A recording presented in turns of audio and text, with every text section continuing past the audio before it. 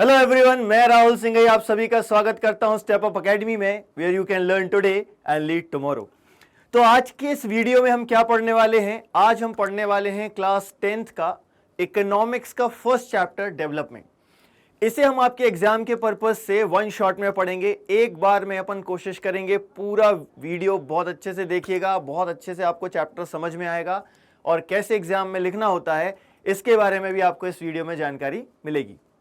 तो इस चैप्टर में क्या क्या है? इस चैप्टर में पहले हम देखेंगे कि हर एक पर्सन के लिए, एक इंडिविजुअल के लिए डेवलपमेंट का मीनिंग क्या होता है। फिर नेशनल डेवलपमेंट की बात करेंगे कि एक नेशन के लिए डेवलपमेंट का मीनिंग क्या होता है और कैसे हम डिफरेंट कंट्रीज को कंपेयर करते हैं। देन उसके बाद हम ह्यूमन डेवलपमेंट की बात करेंगे, क्योंकि डेवलपमेंट में क्या इंपॉर्टेंट है? Human beings. तो फिर हम ह्यूमन डेवलपमेंट की और आखिरी में हम सस्टेनेबिलिटी ऑफ डेवलपमेंट की बात करेंगे। तो इस चैप्टर में सबसे पहले हम शुरुआत करते हैं कि ये डेवलपमेंट है क्या। बहुत से लोगों को ये समझ नहीं आता कि कैसे डिफाइन करें। एक्चुअली कोई एक प्रॉपर डेफिनेशन नहीं है डेवलपमेंट के लिए। हम कैसे डिफाइन करेंगे? हमारे जो एस्पिरेशंस और डिजायर्स होती हैं वो हमारे लिए डेवलपमेंट होता है। तो एस्पिरेशंस और डिजायर्स तो हर किसी की अलग अलग हो सकती हैं। जब हर किसी के एस्पिरेशंस और डिजायर्स अलग अलग हो सकती हैं तो हर किसी के लिए डेवलपमेंट का मीनिंग भी अलग हो सकता है। लेकिन जब हम इन एस्पिरेशंस और डिजायर्स की बात करते हैं तो हमारे दिमाग में कुछ क्वेश्चंस रहते हैं। वो क्वेश्चंस क्या हैं? ये कुछ क्वेश्चंस हैं जो हमारे दिमाग में आते हैं जब हम एक व्यक्ति के डेवलपमेंट के बारे में सोचते हैं या फिर एक नेशन के डेवलपमेंट के बारे में सोचते हैं। तो क्या क्या क्वेश्चंस हैं, कौन कौन सी चीजें हैं बहुत जो एसेंशियल हैं हमारे लिए, जिनकी हमें रिक्वायरमेंट होती है, जिनके बिना हम नहीं रह सकते। लाइफ को और बेहतर कैसे बनाया जा सकता है, इंडिविजुअल के लिए भी और सभी के लिए भी।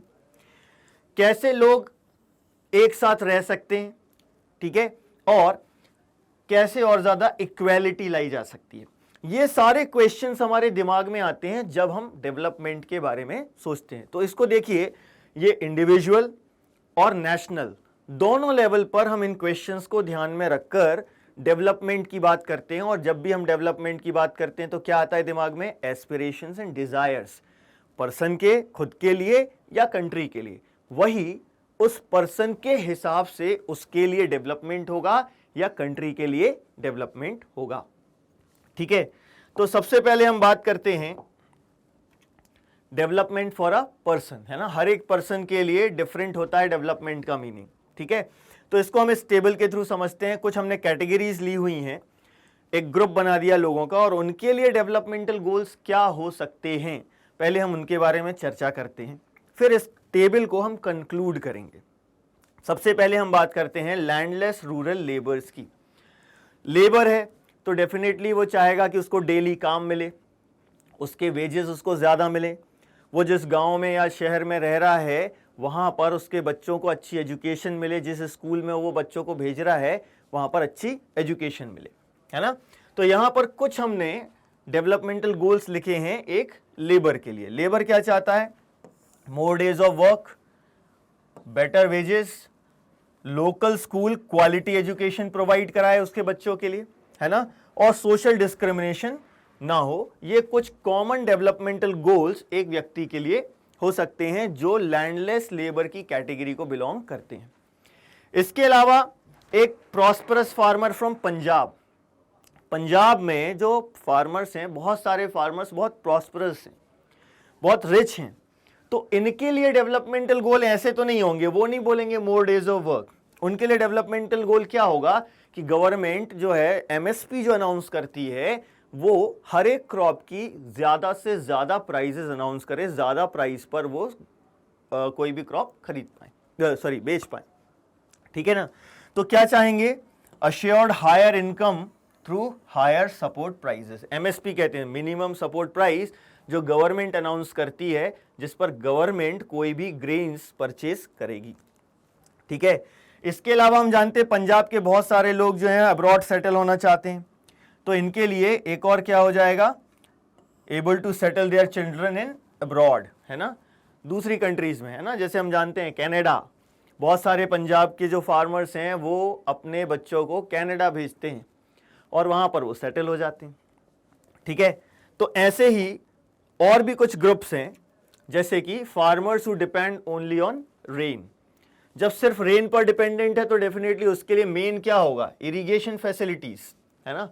इरिगेशन चाहे उसको कैनाल्स से मिले, चाहे उसको ग्राउंड वाटर से मिले, या फिर किसी और तरीके से। तो इरिगेशन फैसिलिटीज गेन करना एक फार्मर जो कि सिर्फ रेन पर डिपेंडेंट है क्रॉप्स ग्रो करने के लिए, उसके लिए बहुत ज़रूरी होगा, ठीक है। लेकिन यहां पर अब हमें एक बहुत इंपॉर्टेंट एक ग्रुप मिला, रूरल विमेन, है ना। एक बहुत ही इंपॉर्टेंट ग्रुप कौन सा मिला हमें, रूरल विमेन, है ना। रूरल विमेन के लिए डेवलपमेंटल गोल्स क्या होते हैं। बहुत सारे लोग इसमें ये सोचते हैं कि उनकी फैमिली के लिए हायर इनकम, डेफिनेटली वो चाहती हैं कि उनकी फैमिली की इनकम बढ़े, बट उनके पर्सनली खुद के लिए डेवलपमेंटल गोल्स क्या होते हैं हम जानते हैं। रूरल एरियाज में विमेन को उतना फ्रीडम नहीं होता जितना अर्बन एरियाज में, है ना। तो फ्रीडम, इक्वालिटी, रिस्पेक्ट, ये कुछ ऐसी चीज़ें हैं जो रूरल एरियाज में रहने वाली विमेन डिज़ायर करती हैं, चाहती हैं, उनकी इच्छा होती है कि उनको भी रिस्पेक्ट मिले, फ्रीडम मिले और इक्वल ट्रीटमेंट मिले। इसीलिए इनके लिए डेवलपमेंटल गोल्स, इनकी डिज़ायर्स क्या होंगी, इक्वल ट्रीटमेंट हो, रिस्पेक्ट हो, फ्रीडम हो, ये इनके डेवलपमेंटल गोल होंगे। अर्बन अनएम्प्लॉयड यूथ, अनएम्प्लॉयड आया तो सबसे बड़ा डेवलपमेंटल गोल क्या होगा, ये चाहेंगे कि इनको जॉब मिल जाए, है ना। तो इनके लिए डेवलपमेंटल गोल क्या हो जाएगा, एम्प्लॉयमेंट, है ना। एम्प्लॉयमेंट में भी अब इनके और होंगे कि भाई ऐसी जगह एम्प्लॉयमेंट मिले जो परमानेंट हो, जहां पर वेजेस अच्छे हों या सैलरी अच्छी हो, है ना। तो और भी कई सारे इनके डेवलपमेंटल गोल्स हम सोच सकते हैं। A boy from rich urban family, rich urban family को बिलोंग करता है, जनरली हम ये मानते हैं कि भाई कोई अच्छा बिजनेस फैमिली को बिलोंग करता होगा।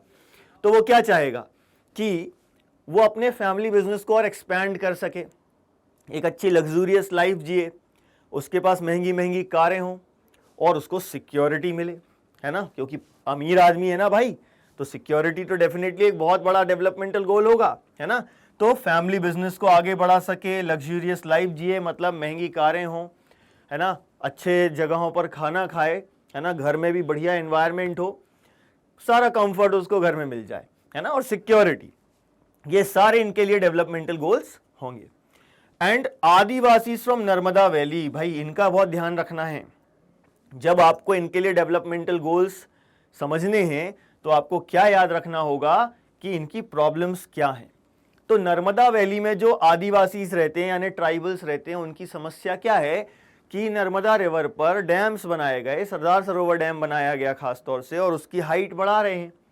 पहले डैम बनाया तो बहुत बड़ा एरिया डूब गया और वहां से लोगों को माइग्रेट होना पड़ा।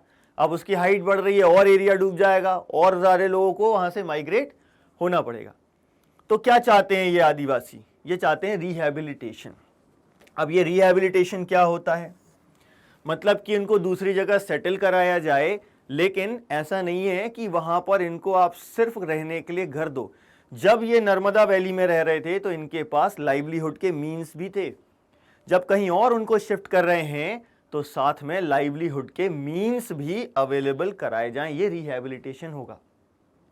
इसके अलावा वो अपने कल्चर को भी प्रोटेक्ट करना चाहते हैं, तो प्रोटेक्टिंग देयर कल्चर, ये भी इनके लिए एक डेवलपमेंटल गोल होगा, ठीक है।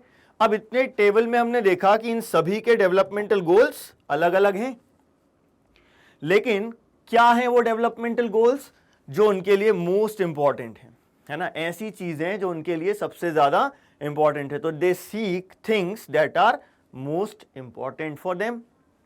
तो डेवलपमेंटल गोल्स क्या होंगे, जो उनके लिए सबसे ज्यादा इंपॉर्टेंट चीजें हैं, जो उनकी डिजायर्स और उनके एस्पिरेशंस फुलफिल कर सकें, वही उनके लिए क्या होंगे, डेवलपमेंटल गोल्स होंगे, ठीक है। तो ये तो हमने इंडिविजुअल लेवल पर बात करी कि लोगों के लिए डेवलपमेंटल गोल्स क्या होते हैं, ऐसी चीजें, सबसे इंपॉर्टेंट चीजें जो उनकी डिजायर्स और उनके एस्पिरेशंस फुलफिल कर सकें। लेकिन कई बार ऐसा होता है कि दो लोगों के डेवलपमेंटल गोल्स कॉन्फ्लिक्टिंग भी हो सकते हैं। कैसे हो सकते हैं, इसको हम समझते हैं कुछ एग्जाम्पल्स के थ्रू। पहला एक एग्जाम्पल दिया हुआ है गर्ल का, एक लड़की का। एक लड़की क्या एक्सपेक्ट करती है, इसके डेवलपमेंटल गोल्स क्या होते हैं कि उसको फ्रीडम मिले, इक्वल अपॉर्चुनिटी मिले, लाइक हर ब्रदर, ठीक है।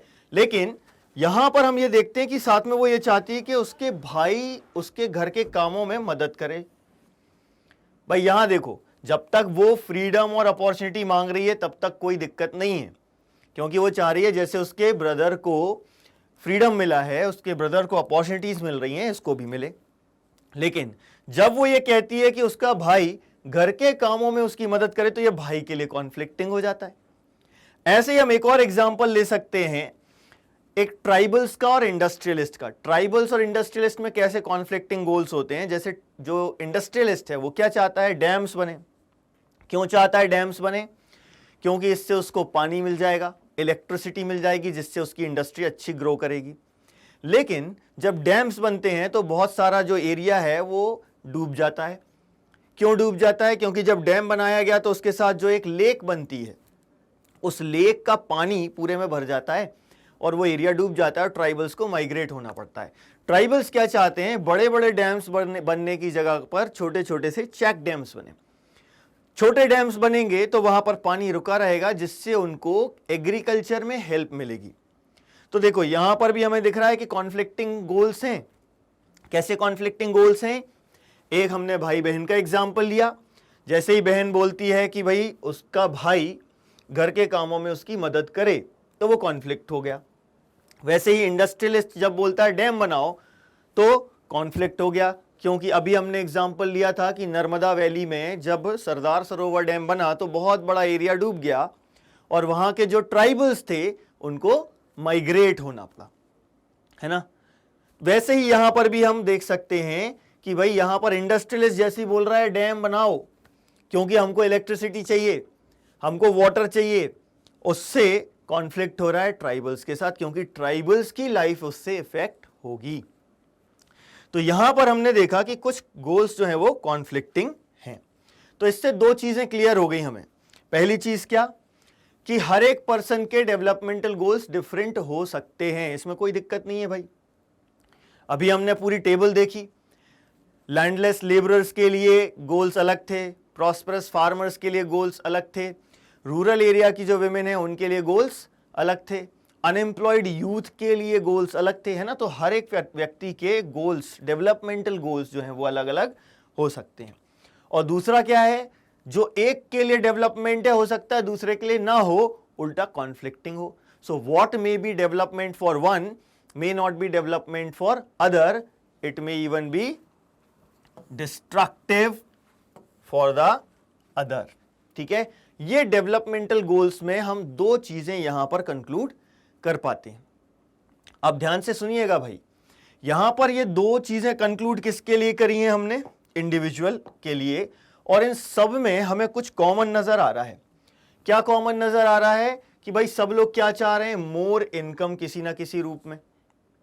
पंजाब के फार्मर्स की बात करें या लैंडलेस लेबर की बात करें या अनएम्प्लॉयड यूथ की बात करें, ज्यादातर हमें क्या दिख रहा है, क्या चाह रहे हैं, मोर इनकम, ज्यादा से ज्यादा इनकम चाहते हैं। लेकिन क्या सिर्फ इनकम ही एक डेवलपमेंटल गोल है? ज्यादातर केसेस में हमें यही दिखा, लेकिन ऐसा नहीं है। हमने विमेन का एग्जाम्पल भी लिया, हमने नर्मदा वैली में जो ट्राइबल्स रह रहे हैं उनका एग्जाम्पल भी लिया, और यहां पर हम ये देख रहे हैं कि सिर्फ मनी नहीं चाहिए, सिर्फ मोर इनकम नहीं चाहिए, कुछ और अदर चीजें भी हैं। और वो क्या हैं? Equal treatment, freedom, security, respect of others and no discrimination, है ना। तो ये सारी चीजें भी इंपॉर्टेंट होती हैं। मतलब इनकम जो है एक कॉमन गोल है, क्योंकि अभी हमने बोला कि सबके लिए डेवलपमेंटल गोल्स अलग अलग होते हैं और कॉन्फ्लिक्टिंग भी हो सकते हैं, ठीक है। लेकिन ऐसा नहीं है कि सिर्फ इनकम ही एक कॉमन गोल हो, क्योंकि सब में कुल मिलाकर हमें इनकम दिखती है कि एक कॉमन गोल है। लेकिन उसके अलावा ये सारे पॉइंट्स जो हम देख रहे हैं, सब लोग चाहते हैं कि उनको इक्वल ट्रीटमेंट मिले, रिस्पेक्ट मिले, फ्रीडम मिले, सिक्योरिटी मिले। ये सारी चीजें भी डेवलपमेंट का पार्ट होती हैं। अब इनमें अंतर क्या है? इनकम जो है वो एक हमारा मटेरियलिस्टिक गोल है। पैसा या पैसे से जो भी चीजें खरीदी जा सकती हैं वो क्या कहलाती हैं? Materialistic goals. और ये सारी चीजें क्या है? Non materialistic goal. आप किसी की रिस्पेक्ट खरीद नहीं सकते पैसे से, आप पैसे से फ्रीडम नहीं खरीद सकते, है ना।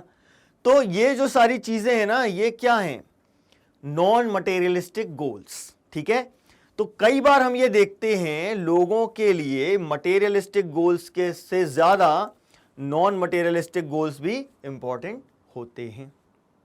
ठीक, ये चीज सभी को समझ में आ गई अच्छे से भाई, कि मटेरियलिस्टिक और नॉन मटेरियलिस्टिक दो टाइप के गोल्स होते हैं। मटेरियलिस्टिक यानी कि जो पैसे से खरीदे जा सकते हैं, और नॉन मटेरियलिस्टिक यानी जो पैसे से नहीं खरीदे जा सकते।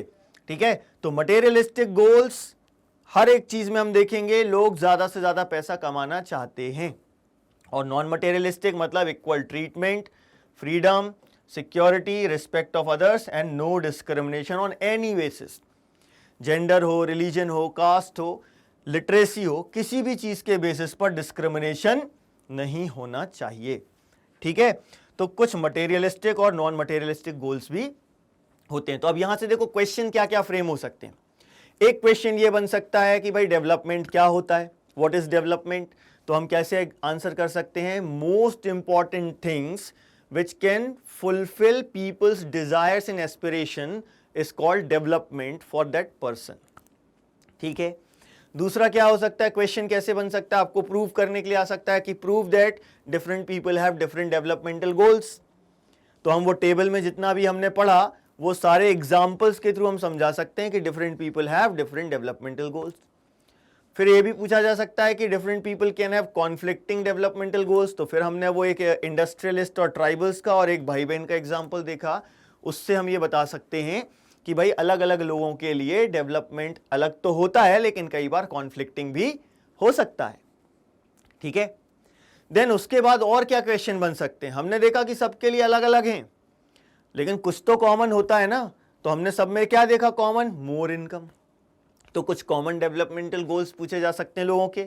तो मोर इनकम सब चाहते हैं, वैसे इक्वल ट्रीटमेंट सब चाहते हैं, फ्रीडम, रिस्पेक्ट, सिक्योरिटी ये सभी लोग चाहते हैं कि उनको मिलना चाहिए। कोई भी ऐसा नहीं होगा जो ये बोले कि भाई हमें सिक्योरिटी की जरूरत नहीं है, हर कोई सिक्योरिटी चाहता है। कोई ऐसा नहीं होता जो रिस्पेक्ट ना मांगे, हर किसी को लगता है कि लोग उसकी रिस्पेक्ट करें। तो ये कॉमन डेवलपमेंटल गोल्स हैं। तो आपको पूछा जा सकता है right about some common developmental goals. ठीक है, या ऐसे भी पूछ सकते हैं right about some non materialistic goals of the people. ठीक है, तो ये क्या हो गए, मटेरियलिस्टिक एंड नॉन मटेरियलिस्टिक। अब इसके बाद हम आगे बढ़ते हैं कि कैसे हम ये बता सकते हैं कि लोग जब डेवलपमेंट की बात कर रहे हैं तो वो सिर्फ और सिर्फ एक चीज की बात नहीं करते हैं, वो मल्टीपल चीजों की बात करते हैं। मतलब when people think about development, what is development for them, वो किन चीजों की बात करते हैं, कई सारी चीजों को सोचते हैं कि यार ये भी मिलना चाहिए, ये भी मिलना चाहिए। तो हम एक तरीके से कह सकते हैं कि when people think about development they think about mix of goals, है ना। People think about mix of goals. कैसे समझेंगे, एक एग्जांपल दिया हुआ है। मान लीजिए हमें कहीं पर एक जॉब मिली, तो उस जॉब को एक्सेप्ट करने से पहले हम क्या करेंगे, उस जॉब को एक्सेप्ट करने से पहले हम कई चीजें कंसीडर करते हैं। सबसे पहली चीज दिमाग में क्या आती है, इनकम। जैसे कि हमने पहले भी देखा, तो डेफिनेटली वो देखेंगे कि मेरी इनकम कितनी होगी उस जॉब से। लेकिन क्या सिर्फ इनकम देखेंगे, इनकम के अलावा और भी चीजें तो सोचते हैं। क्या सोचते हैं, क्या हमें वहां पर अपनी फैमिली के लिए कोई फैसिलिटीज हैं कि नहीं। फॉर एग्जांपल मैं जहां जॉब करने जा रहा हूं वहां हॉस्पिटल्स हैं कि नहीं पेरेंट्स के लिए, स्कूल्स हैं कि नहीं बच्चों के लिए, ये सारी फैसिलिटीज हमें चाहिए। ट्रांसपोर्टेशन है कि नहीं है, ये सारी फैसिलिटीज के बारे में हम सोचते हैं। और क्या सोचते हैं, वर्किंग एटमॉस्फेयर कैसा है, भाई वहां लोग कैसे हैं काम करने के लिए, वहां पर अच्छा एनवायरनमेंट है कि नहीं है। पता चला सैलरी बहुत अच्छी है लेकिन वहां पर लोग बहुत बुरे हैं, तो डेफिनेटली हम वहां जॉब नहीं कर पाएंगे। तो हम ये भी देखते हैं वर्किंग एटमॉस्फेयर कैसा है, एंड अपॉर्चुनिटी टू लर्न, कुछ नया सीखेंगे कि नहीं सीखेंगे। ये सारी चीजें दिमाग में आती। तो एक है क्या, भाई इनकम तो था, लेकिन इनकम के अलावा फैमिली के लिए facility, working atmosphere, opportunity to learn, ये सारी चीजें भी हम देखते हैं। तो इसके बेसिस पर हम कंक्लूड कर सकते हैं ना कि people look at mix of goals for their development.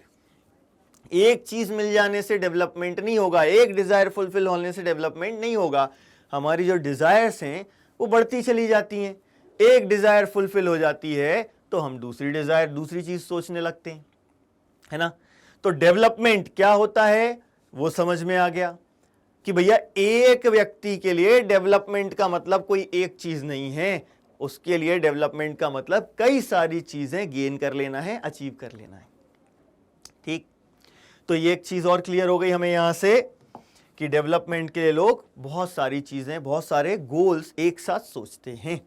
ठीक, इसमें और भी एग्जांपल्स हम ले सकते हैं। किसी वर्किंग वुमेन का एग्जांपल ले सकते हैं इसमें हम, कि एक वर्किंग वुमेन जो होती है ना, उसकी फैमिली में रिस्पेक्ट होती है, या फैमिली में रिस्पेक्ट हो तो वर्क करने का फ्रीडम होता है।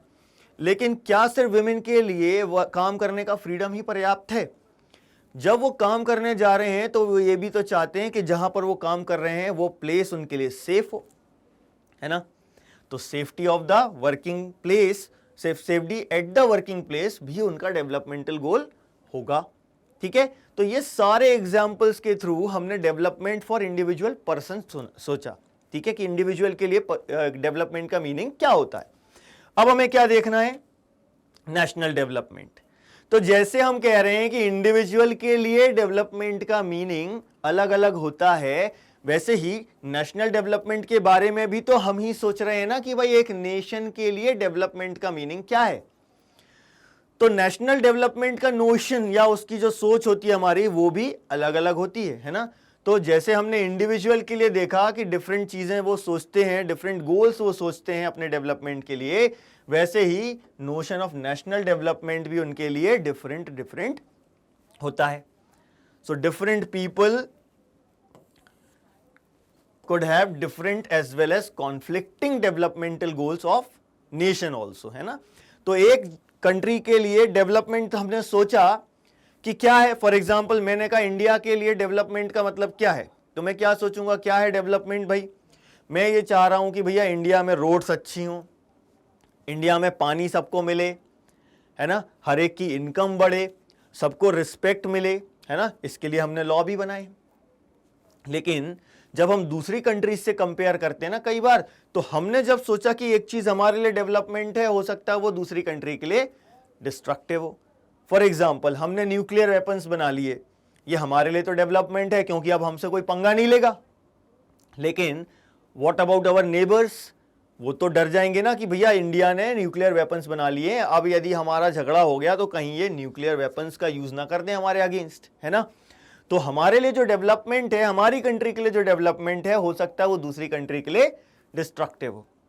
तो हमने यहां देखा जैसे हर एक इंडिविजुअल के लिए डेवलपमेंट का मीनिंग अलग था और उनके डेवलपमेंटल गोल्स कॉन्फ्लिक्टिंग भी हो सकते थे, वैसे ही लोगों के लिए नेशनल डेवलपमेंट का मीनिंग भी अलग अलग हो सकता है, होता है, और वैसे ही कॉन्फ्लिक्टिंग भी हो सकता है। मैंने तो यह कंट्रीज के एग्जाम्पल लिया, हो सकता है इंडिविजुअल्स जो सोच रहे हैं नेशनल डेवलपमेंट, उसमें भी कॉन्फ्लिक्ट हो।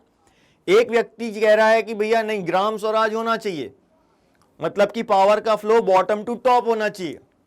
दूसरा कह रहा है नहीं, ग्राम स्वराज नहीं, सेंट्रलाइज्ड होना चाहिए, सेंट्रल गवर्नमेंट से पावर रूरल एरियाज तक जानी चाहिए। तो यहां भी हम देख रहे हैं कि लोगों के जो नोशंस हैं डेवलपमेंट के, नेशनल डेवलपमेंट के, वो भी अलग अलग हो सकते हैं। ठीक है, तो डेवलपमेंट के बारे में हमने ये समझ लिया कि development can mean different things, and countries के लिए भी हम ये कह सकते हैं कि जैसे एक इंडिविजुअल के लिए डेवलपमेंट का मीनिंग अलग है, वैसे ही कंट्रीज के लिए भी डेवलपमेंट का मीनिंग अलग अलग है। लेकिन जब हर कंट्री के लिए डेवलपमेंट का मीनिंग अलग अलग है, तो यहां पर एक क्वेश्चन क्लिक करता है हमारे दिमाग में। क्या क्वेश्चन क्लिक करता है कि जब हम कह रहे हैं कि हर एक के लिए डेवलपमेंट का मीनिंग अलग है, तो फिर हम कंपेयर कैसे करें? कंपेयर तो करते हैं, हम कहते हैं कि कुछ कंट्रीज डेवलप्ड हैं और कुछ कंट्रीज अंडर डेवलप्ड हैं, है ना। कुछ कंट्रीज क्या कहलाती हैं? डेवलप्ड कंट्रीज, और कुछ कहलाती हैं अंडर डेवलप्ड कंट्रीज। तो हम कैसे कंपेयर कर रहे हैं भाई जब सबके लिए अलग अलग है? तो पहले ये सोचना पड़ेगा ना कि कंपैरिजन कैसे करते हैं। तो कंपैरिजन की बात करते हैं सबसे पहले अपन, कैसे डिफरेंट कंट्रीज को कंपेयर करें। इस चीज को समझने के लिए पहले जरा हम ये समझते हैं कि कंपैरिजन के लिए कैरेक्टरिस्टिक्स सोचते कैसे हैं, है ना। क्या कैसे कंसीडर करते हैं, कंपैरिजन कैसे करते हैं? या तो सिमिलैरिटीज के बेसिस पर या डिफरेंसेस के बेसिस पर। किसको किसके बेसिस पर हम कंपेयर करेंगे? सोचें जरा इसके ऊपर कि इन दोनों एस्पेक्ट में से कौन सा एस्पेक्ट कंपेयर करने के लिए सही होगा। तो सोचिए भाई, यदि डिफरेंसेस के बेसिस पर हम कंपेयर करें तो डिफरेंसेस, फॉर एग्जांपल हमने लिया कि एक क्लास ले ली हमने और उस क्लास में हम कह रहे हैं एक बच्चे की हमने हाइट ले ली और दूसरे बच्चे का हमने वेट ले लिया। तो बोला ये राहुल की हाइट जो है ये 6 फीट है और ये जो नितिन है इसका जो वेट है ये 65 kg है। तब कोई कंपैरिजन होगा? डिफरेंसेस के बेसिस पर कंपैरिजन हो सकता है क्या? कंपैरिजन के लिए क्या चाहिए? सिमिलैरिटीज।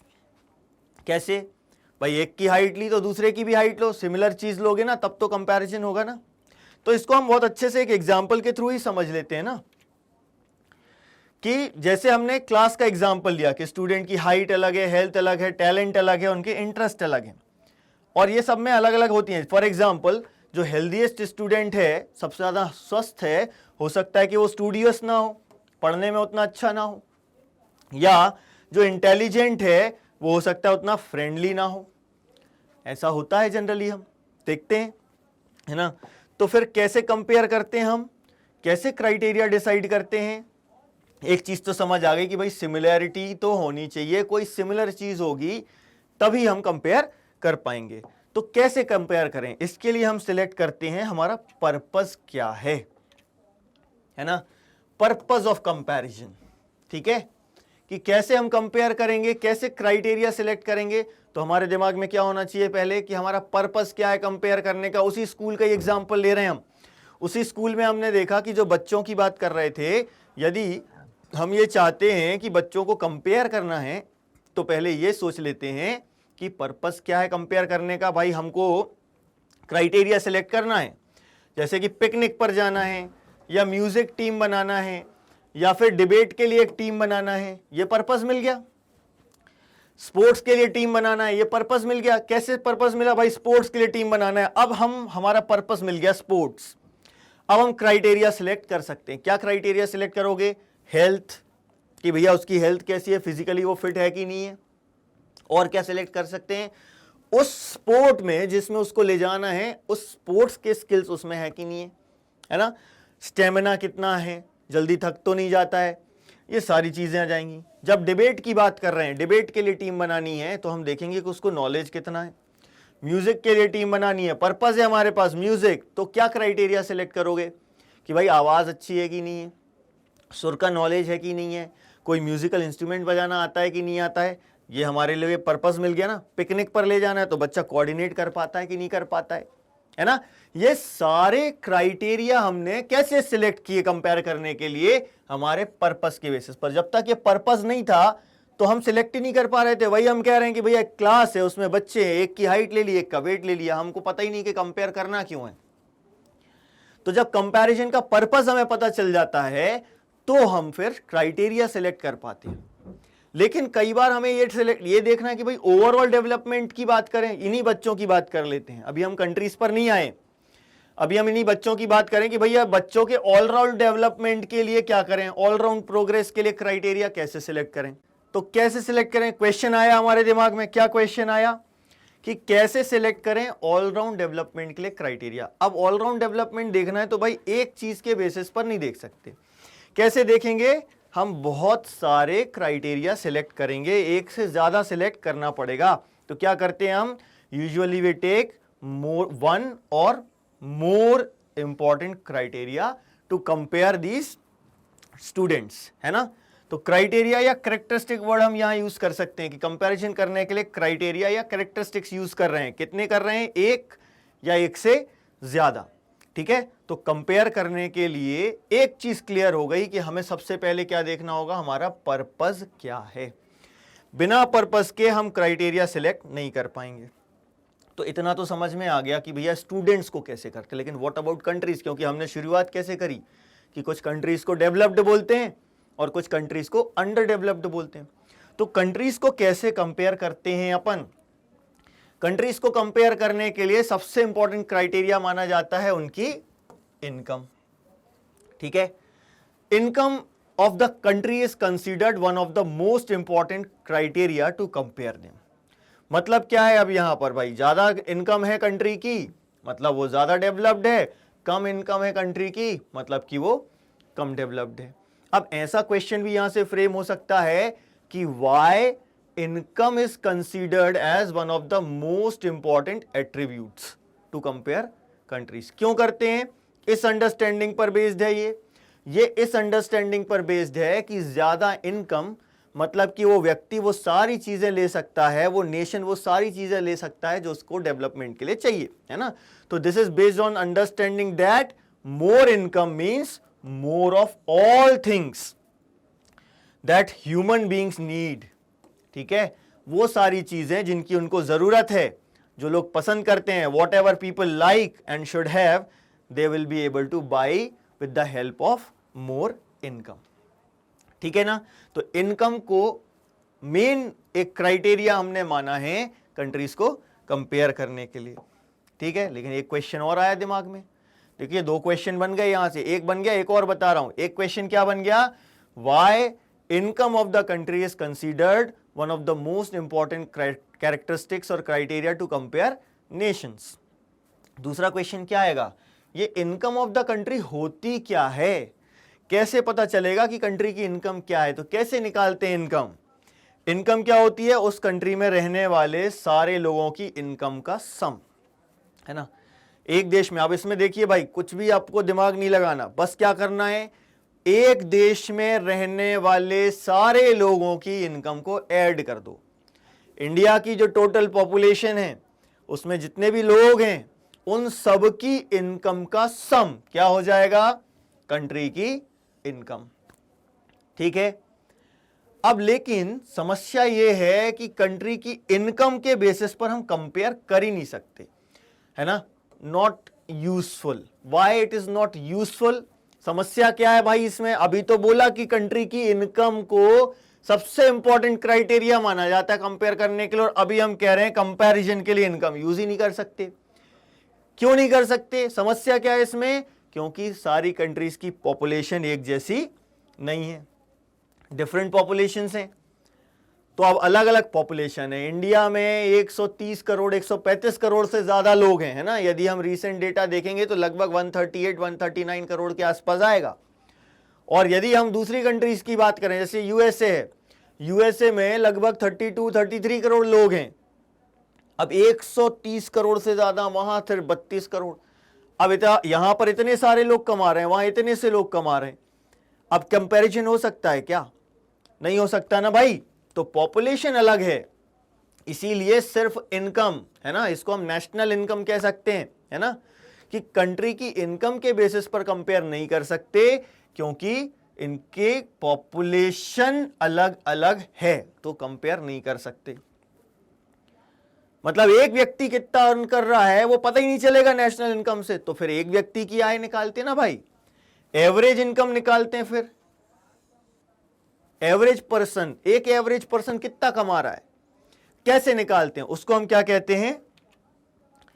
Average income. अब ये एवरेज इनकम क्या होती है? अब हमें कुछ नहीं करना, बस यही जो नेशनल इनकम निकाली ना हमने, टोटल इनकम जो निकाली कंट्री की, यानी सारे लोगों की इनकम को सम कर दिया, उसी को टोटल पॉपुलेशन से डिवाइड कर दो तो एक व्यक्ति की आय निकल आएगी। अब कंपेयर कर सकते हो, अपन कर सकते हैं ना भाई। भाई अमेरिका में एक व्यक्ति इतना कमाता है और इंडिया में एक व्यक्ति इतना कमाता है, अब कंपैरिजन पॉसिबल है। टोटल इनकम के बेसिस पर कर तो सकते हैं लेकिन वो वैलिड नहीं होगा, क्योंकि वहां पर 32-33 करोड़ लोग कमा रहे हैं, वो इंडिया से ज्यादा कमा रहे हैं, जबकि यहां पर उनसे कई गुना ज्यादा पॉपुलेशन है और हमारी इनकम उनसे टोटल कम है। तो डेफिनेटली एक चीज दिख रही है, कंपैरिजन दिख रहा है कि वहां इनकम ज्यादा है, यहां इनकम कम है, लेकिन ये प्रॉपर कंपैरिजन नहीं है क्योंकि पॉपुलेशन अलग अलग है। तो हम क्या करेंगे? अमेरिका में एक व्यक्ति कितना कमाता है वो निकाल लिया, इंडिया में एक व्यक्ति कितना कमाता है वो निकाल लिया, वो कहलाती है एवरेज इनकम, या इसे ही हम कहते हैं पर कैपिटा इनकम। ठीक है, इसे ही हम क्या कह देते हैं? एवरेज इनकम को ही पर कैपिटा इनकम। क्या किया हमने? टोटल पॉपुलेशन की जो इनकम है उसको टोटल पॉपुलेशन से डिवाइड कर दिया, तो हमको क्या मिल गई? Average income. Total income divided by total population. ठीक है, तो अब एवरेज इनकम के बेसिस पर कंपेयर कर सकते हैं। कौन कंपेयर करता है एवरेज इनकम के बेसिस पर? वर्ल्ड बैंक कंपेयर करता है। वर्ल्ड बैंक एक डेवलपमेंट रिपोर्ट निकालता है, वर्ल्ड डेवलपमेंट रिपोर्ट, और उसमें वो एक क्राइटेरिया दे देते हैं कि जिन कंट्री की एवरेज इनकम इससे ज्यादा है वो रिच कंट्रीज, और जिन कंट्रीज की एवरेज इनकम इससे कम है वो पुअर कंट्रीज। तो भाई चलिए हम वही देख लेते हैं, क्या है वो लिमिट। ऐसी कंट्रीज, ये हम 2019 की वर्ल्ड डेवलपमेंट रिपोर्ट देख रहे हैं, ईयर चेक कीजिएगा भाई, ईयर जो है ना वो चेंज होगा तो ये डेटा चेंज हो जाएगा। तो 2019 के हिसाब से कह रहे हैं कि यदि किसी कंट्री की एवरेज इनकम 49,300 यूएस डॉलर्स इससे ज्यादा है तो वो क्या कहलाएंगी? Rich countries कहलाएंगी। और ऐसी कंट्रीज जिनकी per capita income 2,500 US dollar से कम है वो लो इनकम कंट्रीज कहलाएंगी। अब इन दोनों के बीच में जो आई वो क्या कहलाएंगी? Middle income countries. लेकिन इसमें भी कैटेगरी होती है, lower middle income countries and higher middle income countries, है ना। तो इंडिया किस में आता है इनमें से? भाई हमारी जो पर कैपिटा इनकम थी 2019 में वो थी 6,700 यूएस डॉलर्स। ये पर एनम है, याद रखिएगा, ये मंथली नहीं है, साल भर का है ये, है ना। तो ये 6,700 यूएस डॉलर्स पर एनम ये हमारी एवरेज इनकम थी 2019 में, और इसके बेसिस पर हम आएंगे लो मिडिल इनकम कंट्रीज में, ठीक है। लेकिन यहां पर डेवलप्ड किसको बोलेंगे? भाई जो कंट्रीज जिनकी पर कैपिटा इनकम इससे ज्यादा है, यानी जो रिच कंट्रीज हैं, उन रिच कंट्रीज को ही हम क्या कह देते हैं? Developed countries. लेकिन इसमें एक एक्सेप्शन है, क्या है? मिडिल ईस्ट में जो कुछ कंट्रीज हैं इनकी इनकम इससे ज्यादा है, 49,300 यूएस डॉलर्स पर एनम से ज्यादा है, लेकिन फिर भी हम उनको डेवलप्ड कंट्रीज नहीं कहते। मतलब कि अब हमें डेवलपमेंट के लिए इनकम के अलावा और भी चीजों को देखना पड़ेगा भाई, तभी तो इन मिडिल ईस्ट की कंट्रीज को हम इनकम ज्यादा होने के बावजूद भी डेवलप्ड नहीं बोल रहे। तो चलिए जरा इसको हम और अच्छे से समझते हैं अब, है ना। अदर क्राइटेरियाज की बात करते हैं। अदर क्राइटेरियाज को कैसे समझें? इसको समझने के लिए हम इंडिया का एग्जांपल लेते हैं और कुछ स्टेट्स को कंपेयर करते हैं, है ना। यहां पर हमें कुछ स्टेट्स और उनकी पर कैपिटा इनकम दिख रही है रुपीज में, है ना। हम यहां पर डॉलर्स में काउंट नहीं कर रहे। हरियाणा दिख रहा है हमको, इसकी पर कैपिटा इनकम यानी सालाना इनकम एक व्यक्ति की, है ना, ये एवरेज है, ये एक्चुअल नहीं है। यहां पर हमें पर कैपिटा इनकम या एवरेज इनकम का एक ड्रॉबैक मिल जाता है। क्या ड्रॉबैक मिल जाता है? कि ये जो पर कैपिटा इनकम है, जो डिस्पैरिटीज होती हैं उस कंट्री में, उन डिस्पैरिटीज को हाइड कर देती है ना। डिस्पैरिटीज तो हैं, वो चुप गई, सब लोग इतना नहीं कमाते हरियाणा में, है ना। 2,36,147 रुपए, हर कोई इतना कमाता है क्या? तो एवरेज इनकम जो है ना, यहां पर हमें क्या दिक्कत कर रही है? जो डिस्पैरिटीज हैं, जो डिफरेंसेस हैं लोगों की इनकम में, वो हाइड कर देते हैं, है ना। तो कंपेयर किया तो यदि हम पर कैपिटा इनकम को ही सबसे अच्छा क्राइटेरिया माने या सिर्फ इसको ही एक क्राइटेरिया मान लें इनकम का, तो इसमें हमें कौन सी स्टेट सबसे ज्यादा डेवलप्ड नजर आएगी? हरियाणा। हरियाणा सबसे ज्यादा डेवलप्ड कहलाएगी। क्यों? क्योंकि पर कैपिटा इनकम सबसे ज्यादा हरियाणा की है। लेकिन भाई ऐसा है क्या? इसको समझने के लिए हम एक और टेबल देखते हैं। ये एक और टेबल दिया हुआ है, इसमें पर कैपिटा इनकम के अलावा बाकी के क्राइटेरिया दिए हुए हैं। हरियाणा की यहां पर क्या दी हुई है? Infant mortality rate. हरियाणा में इन्फेंट मोर्टेलिटी रेट क्या होती है, पहले इसको समझ लेते हैं। इन्फेंट मोर्टेलिटी रेट का मतलब है कि यदि 1,000 बच्चे जिंदा पैदा हुए एक साल के अंदर, तो उन 1,000 बच्चों में से कितने बच्चों की डेथ हो गई, है ना। तो नंबर ऑफ चिल्ड्रन डाई। अब इन्फेंट क्या होता है? 1 साल या उससे कम उम्र का बच्चा इन्फेंट कहलाता है। तो इन्फेंट मोर्टेलिटी रेट क्या है कि number of children who die before the age of 1 years per 1,000 live children born. यदि 1,000 बच्चे पैदा हुए, जिंदा पैदा हुए, तो उनमें से 1,000 में से कितने बच्चों की डेथ हो गई 1 साल की उम्र कंप्लीट करने से पहले, वो कहलाते हैं क्या? Infant mortality rate. तो माने हरियाणा में यदि 1000 बच्चे जिंदा पैदा होते हैं तो हर साल उसमें से 30 बच्चे ऐसे होते हैं जो 1 साल की उम्र कंप्लीट करने से पहले मर जाते हैं। देखो कितने दुख की बात है ये, 1 साल की उम्र कंप्लीट नहीं कर पाया बच्चा और उसकी डेथ हो गई। उसके पेरेंट्स हैं, उन पेरेंट्स को कितना दुख होता होगा ये इमेजिन कर पाना हम सभी के लिए आसान नहीं है। बट फिर भी आप देखें हरियाणा में कितनी ज्यादा नंबर है ये, पर 1030 मर जा रहे हैं। तो आप सोचो हमारे यहाँ तो भाई कई गुना ज्यादा बच्चे पैदा होते हैं, हर साल 10-20 लाख तो पैदा होते होंगे।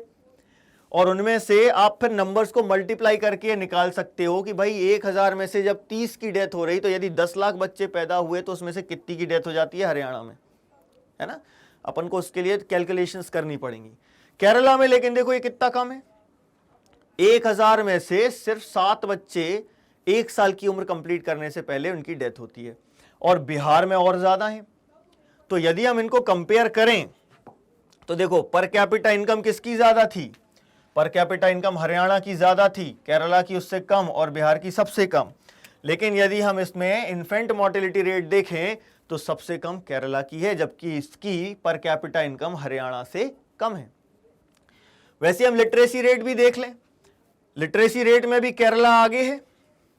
और यदि हम नेट अटेंडेंस रेशियो की बात करें, मतलब क्या होता है नेट अटेंडेंस रेशियो का मतलब है कि 14 और 15 साल की उम्र के बच्चे, इनका टोटल नंबर में से कितने बच्चे जो हैं वो स्कूल अटेंड कर रहे हैं, है ना। मान लो कि 14 और 15 साल की उम्र के टोटल 100 बच्चे हैं, है ना। तो ये 14-15 की उम्र में जो टोटल 100 बच्चे हैं ना, उसमें से सबसे ज्यादा 83 बच्चे जो है ना वो केरला में 83 बच्चे स्कूल जाते हैं। लेकिन बिहार और हरियाणा की हालत थोड़ी गड़बड़ है। सबसे ज्यादा पैसा हरियाणा के पास है, लेकिन फिर भी आप देखो 14-15 साल की उम्र के जो बच्चे हैं उनमें से 100 में से सिर्फ 61 बच्चे ऐसे हैं जो स्कूल जाते हैं, अटेंड करते हैं, नेट अटेंडेंस रेशियो। ठीक है, तो यहां पर हमें कुछ अंतर दिखा। क्या अंतर दिखा कि हरियाणा की पर कैपिटा इनकम केरला से ज्यादा है, लेकिन उसके बावजूद भी हर एक इंडिकेटर में केरला आगे है। केरला में इन्फेंट मोर्टेलिटी रेट कम है, लिटरेसी रेट ज्यादा है और नेट अटेंडेंस रेशियो भी ज्यादा है। अब क्वेश्चन ये आता है कि हमने अभी कहा था more income means more of all those things जो कि लोगों को चाहिए जिंदा रहने के लिए या अपनी लाइफ को अच्छा बनाने के लिए।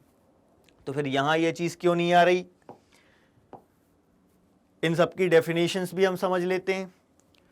सबसे पहले हम डेफिनेशन इन्फेंट मोर्टेलिटी रेट की देख लेते हैं। क्या इंडिकेट करती है ये?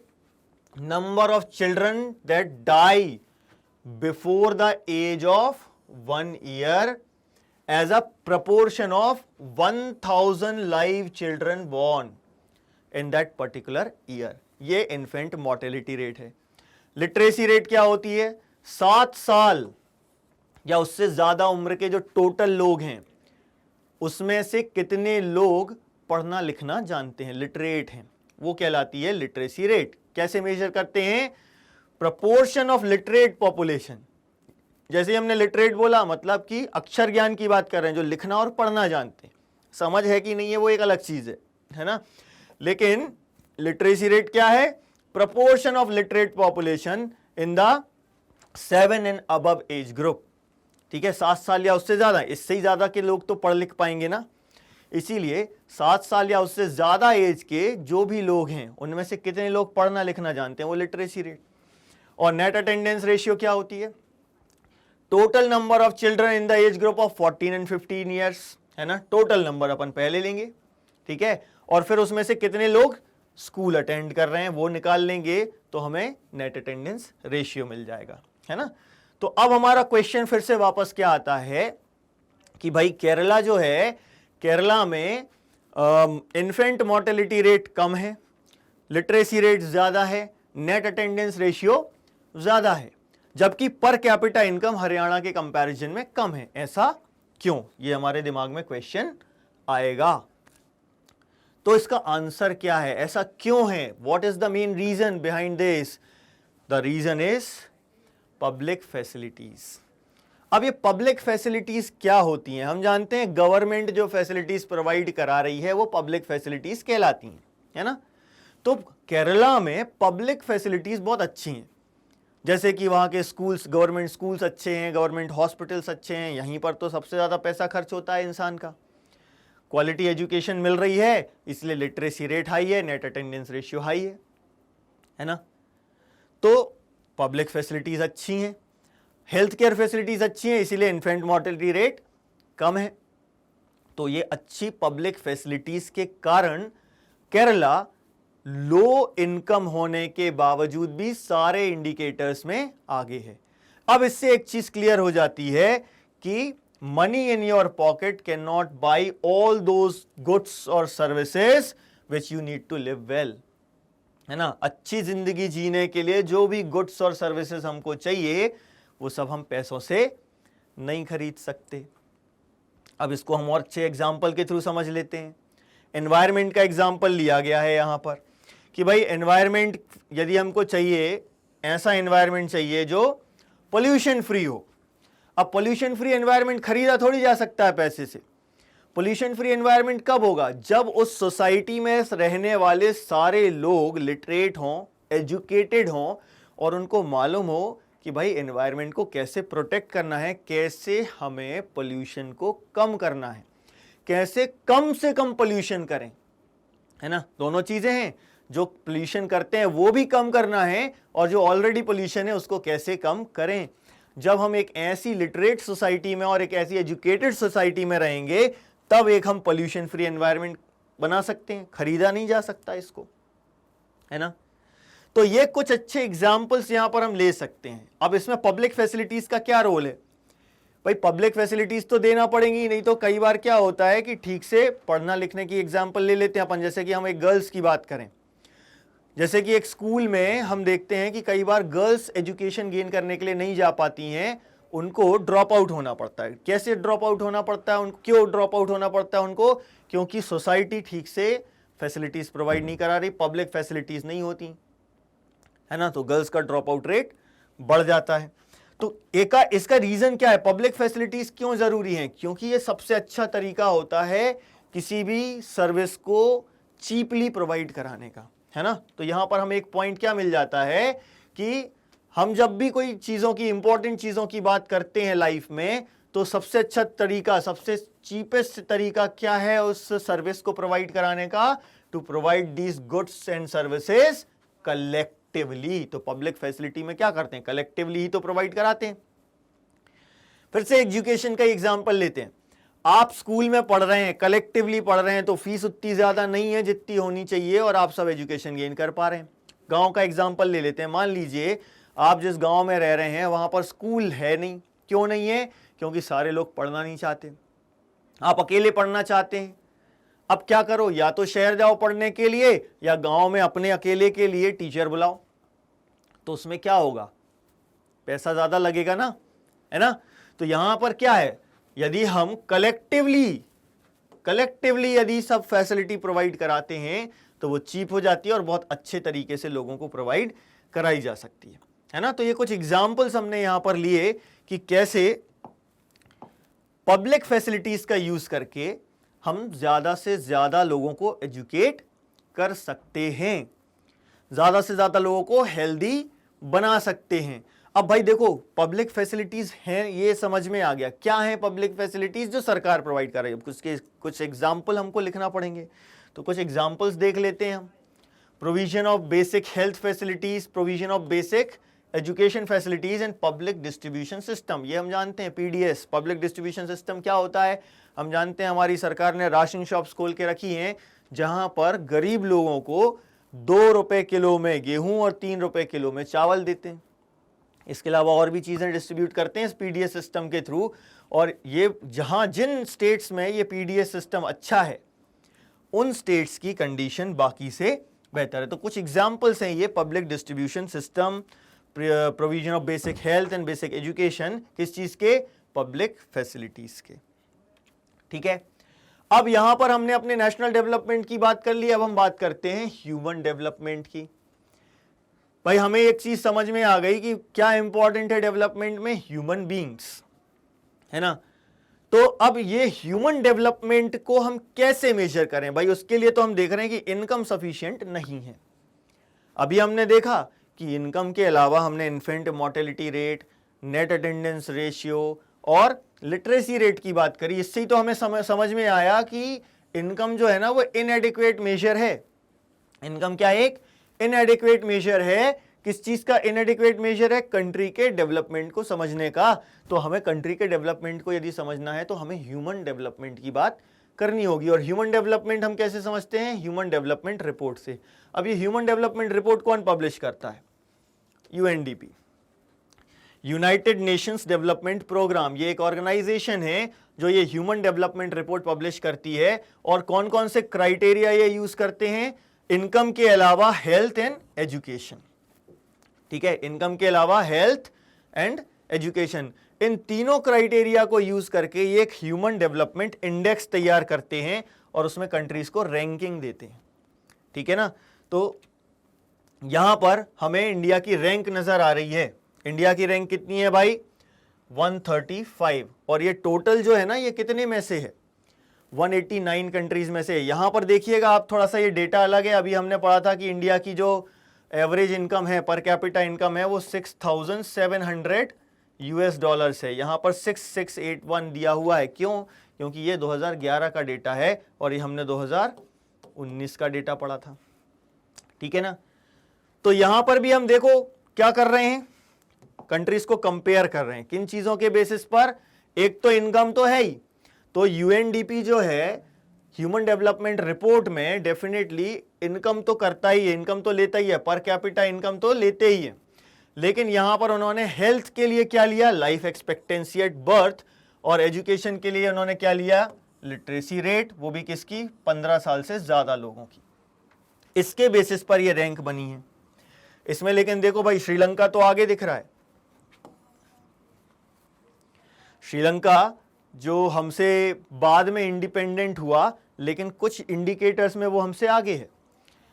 क्यों आगे है? इसके कई सारे रीजंस हैं, जैसे कि एक पॉपुलेशन उतनी ज्यादा नहीं है ना। हमारे यहाँ के कंपैरिजन में तो बहुत ही कम पॉपुलेशन है श्रीलंका की, है ना। तो श्रीलंका की पॉपुलेशन कम है, रिसोर्सेस अच्छे थे और इन रिसोर्सेस का यूज करके, हालांकि हमने यहाँ पर एक चीज और जानते हैं कि श्रीलंका में सिविल वॉर हुआ था, उसके बावजूद भी ये ह्यूमन डेवलपमेंट इंडेक्स में इंडिया से आगे हैं।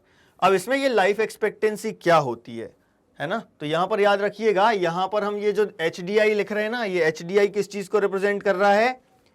Human development index. HDI stands for human development index. और ये कितनी कंट्रीज में से हमारी रैंक? 189 कंट्रीज में से। और लाइफ एक्सपेक्टेंसी क्या होती है? लाइफ एक्सपेक्टेंसी एट बर्थ कैसे डिनोट करते हैं हम? लाइफ एक्सपेक्टेंसी एट बर्थ मतलब at the time of birth हम एक्सपेक्ट करते हैं कि वो बच्चा कितने सालों तक जिंदा रहेगा। तो क्या है? नाम से ही समझ में आ रहा है, average expected length of life. Average expected है ये, है ना। हॉस्पिटल्स में ही हम करते हैं, average expected length of life of a person at the time of birth. जब पैदा हुआ उसी समय हम लाइफ एक्सपेक्टेंसी हॉस्पिटल्स में बता देते हैं, है ना। ये डेटा आ जाता है और इससे किसी भी कंट्री की लाइफ एक्सपेक्टेंसी हम बता सकते हैं। ये भी एक एवरेज है, ये एक्चुअल नहीं है भाई। अलग अलग की अलग अलग लाइफ एक्सपेक्टेंसी होगी। ठीक है। तो अब इस लाइफ एक्सपेक्टेंसी के अलावा और कौन कौन से इंडिकेटर्स हैं जो हम यूज कर सकते हैं? एक होता है बॉडी मास इंडेक्स। इससे भी हम लोगों के बारे में, हेल्थ के बारे में पता कर सकते हैं। हेल्थ के बारे में क्या पता कर सकते हैं भाई? बॉडी मास इंडेक्स से ये पता कर सकते हैं कि कोई व्यक्ति न्यूट्रिशन, उसमें न्यूट्रिशन का लेवल कितना है ना। न्यूट्रिशन का लेवल यदि कम है तो माल न्यूट्रिशियस है ना। हिंदी में क्या कहते हैं? कुपोषित। मतलब कोई व्यक्ति कुपोषित यदि है तो क्या हम कह सकते हैं कि वो कंट्री डेवलप्ड है? कुपोषण से बचाना है ना हमको लोगों को, है ना। तो हम हेल्थ में, अभी हमने जो HDI की बात की, उसी HDI में, ह्यूमन डेवलपमेंट इंडेक्स में, हम चाहें तो लाइफ एक्सपेक्टेंसी के साथ साथ बॉडी मास इंडेक्स का भी यूज कर सकते हैं। और किया जाता है, हमारे यहाँ स्कूल्स में किया जाता है। कैसे निकालते हैं? Weight of a person in kilograms divided by the square of the height of a person in metres. माने यदि मेरे वेट की हम बात करें, मान लीजिए मेरा वेट जो है वो 78 किलोग्राम्स है, और मेरी हाइट मीटर्स में तो नहीं निकाल सकते, तो हम क्या करते हैं भाई, सेंटीमीटर्स में निकालते हैं, है ना। तो उसको फिर हम मीटर्स में कन्वर्ट कर लेते हैं। हम सेंटीमीटर्स में निकाल ली सीधा, 182 सेंटीमीटर, 183 सेंटीमीटर, तो क्या करेंगे 184 सेंटीमीटर यदि है तो 184 सेंटीमीटर स्क्वायर, ये मीटर में आ गई, है ना। तो इस तरीके से अपन बॉडी मास इंडेक्स कैलकुलेट करते हैं। लेकिन कैलकुलेट करने का फायदा क्या है भाई, कुछ आ जाएगा डिवाइड करने पर एक आध नंबर। अब इसमें कैसे पता चले कि जो व्यक्ति है वो कुपोषित है कि नहीं है, तो उसके लिए रेंज होती है। जैसे कि अडल्ट्स की बात हम करें तो अडल्ट्स में क्या होता है, 18.5 से कम है तो मालन्यूट्रिशियस है, और यदि 25 से ज्यादा है तो ओबेसिटी यानी कि ओवरवेट है, ठीक है। लेकिन बच्चों की बात करें, बच्चों में यह चीज नहीं चलेगी भाई। इसके लिए आपको एनसीईआरटी की बुक में दो अपेंडिक्स दी हुई हैं, अपेंडिक्स 1 और 2। इसमें आपको ईयर वाइज और मंथ वाइज दिया है कि कोई व्यक्ति यदि 14 ईयर्स 1 मंथ का है तो उसके लिए ये जो रेंज है ये क्या होनी चाहिए, ठीक है। तो ये पूरा डेटा अवेलेबल है। इसको हम समझ सकते हैं कि यदि कोई बच्चा 14 साल का है, 14 साल 6 महीने का है, 14 साल 8 महीने का है, तो उसके लिए ये जो बीएमआई है ना, ये बीएमआई किस रेंज में होना चाहिए, ठीक है। तो इस बीएमआई का यूज करके भी हम क्या समझ सकते हैं, health condition of a person, ठीक है। तो हमने देखा कि भाई ह्यूमन डेवलपमेंट जरूरी है। नेशनल डेवलपमेंट से आ गए थे हम ह्यूमन डेवलपमेंट पर, क्योंकि हमने देखा कि नेशनल डेवलपमेंट को हम इनकम से कंपेयर कर रहे थे, लेकिन वो इनएडिक्वेट था। तो हमने इन्फेंट मोर्टेलिटी, लिटरेसी रेट और नेट अटेंडेंस रेशियो देखा। क्यों देखा, क्योंकि हमें ह्यूमन डेवलपमेंट समझना था। लेकिन क्या हमें कुछ और भी देखने की ज़रूरत है, कुछ और क्राइटेरिया भी, कुछ और एस्पेक्ट्स भी हमको समझना है क्या डेवलपमेंट के बारे में? डेफिनेटली हम समझ सकते हैं। क्या समझना है अब अपन को? Sustainability of development. ये जो डेवलपमेंट हो रहा है ये सस्टेनेबल है कि नहीं है? भाई डेवलपमेंट हो रहा है तो सस्टेनेबल होना चाहिए ना। हम यदि इनकम बढ़ रही तो हम ये चाहेंगे कि बढ़ती ही रहे। हमारी कंट्री डेवलप हो रही तो हम चाहेंगे और डेवलप हो, हम रुकना नहीं चाहेंगे, हम चाहेंगे कि और ज़्यादा डेवलपमेंट हो। तो वो और ज़्यादा डेवलपमेंट कैसे हो, अब इसको समझना है। क्यों समझना है? क्योंकि हमारे यहाँ जो साइंटिस्ट हैं उन्होंने 1980s में ये चीज़ सोची और बताई कि भाई जिस तरीके का डेवलपमेंट चल रहा है वो सस्टेनेबल नहीं है। Second half of the 20th century में 1980s में हमारे साइंटिस्ट ने क्या बोला कि जिस तरीके का डेवलपमेंट हो रहा है वो सस्टेनेबल नहीं है। तो सस्टेनेबिलिटी तो चाहिए। बिना सस्टेनेबल डेवलपमेंट के सिर्फ डेवलपमेंट करते चले गए तो आगे चल के क्या होगा, कुछ ना कुछ ऐसा हो जाएगा जिससे कि हम पिछड़ जाएंगे, हमारा जो डेवलपमेंट जो है वो रुक जाएगा। सस्टेनेबिलिटी बहुत ज़रूरी है। तो ऐसा भाई क्यों कह रहे हैं, किस बेसिस पर कह रहे हैं, तो हम इसको कुछ एग्जाम्पल्स के थ्रू समझेंगे। कैसे? जैसे कि एक ग्राउंड वाटर का हमने एग्जाम्पल लिया। हम जानते हैं ग्राउंड वाटर एक रिन्यूएबल रिसोर्स है, लेकिन हम क्या कर रहे हैं, उसको ओवर यूज कर ले रहे हैं। ओवर यूज कर लेंगे तो नेचर उसको रिप्लेनिश नहीं कर पाएगा। मतलब हम जितना यूज करते हैं उससे कम रिप्लेनिश हो रहा है, तो धीरे धीरे क्या होगा, ओवर यूज हो जाएगा। और ये जो रिसोर्स है ये हम उसको फिर रिन्यूएबल कह पाएंगे क्या? मुझे नहीं लगता कि भाई इसको रिन्यूएबल कह पाएंगे। क्यों नहीं कह पाएंगे? रिप्लेनिश ही नहीं हो पा रहा है, खत्म होता जा रहा है। हमारे घरों में ऐसा होता है, जो बोरिंग कराई जाती है वो सूख जाती है गर्मी में। क्यों? क्योंकि बरसात में जितना रिप्लेनिश होना चाहिए था उतना नहीं हो पाया। हमारी रिक्वायरमेंट के हिसाब से, नेचर के हिसाब से तो पर्याप्त हो गया, लेकिन हमने क्या किया, हमारी जो रिक्वायरमेंट थी बहुत ज़्यादा थी तो हमने ज़्यादा यूज़ किया, लेकिन अब जितना चाहिए उतना रिप्लेनिश नहीं हो पा रहा। तो ये क्या हो रहा है, ओवर यूज़ हो रहा है।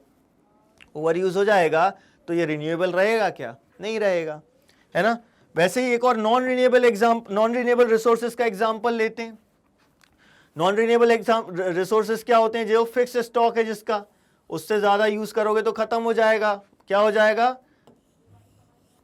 एग्जॉस्ट हो जाएगा, खत्म हो जाएगा। यानी कि जो रिन्यूएबल रिसोर्सेज हैं वो नॉन रिन्यूएबल बन जाएंगे, और जो नॉन रिन्यूएबल रिसोर्सेज हैं वो एक्सटिंक्ट हो जाएंगे।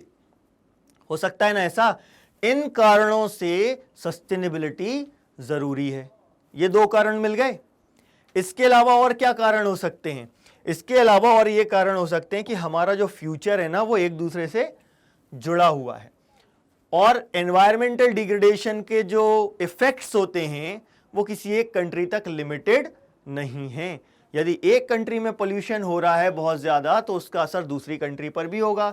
तो consequences of environmental degradation do not respect national और स्टेट बाउंड्रीज।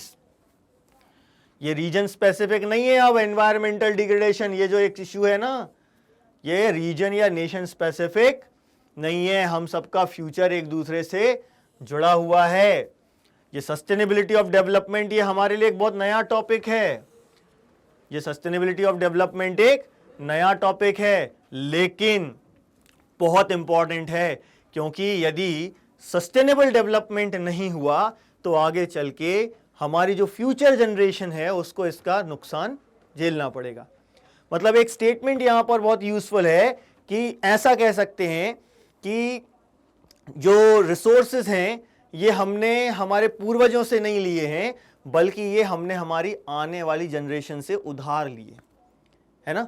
मतलब हमें विरासत में नहीं मिले हैं ये, हमारी जो पूर्वज थे उन्होंने ये विरासत में नहीं दिया है हमको।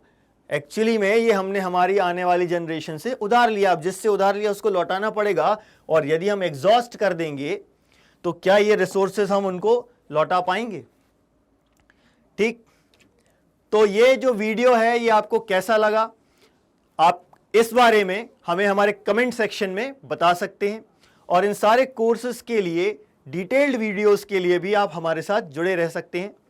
हमारे वीडियोस को देखिए, उन्हें लाइक कीजिए, सब्सक्राइब कीजिए और ज़्यादा से ज़्यादा लोगों के साथ शेयर कीजिए।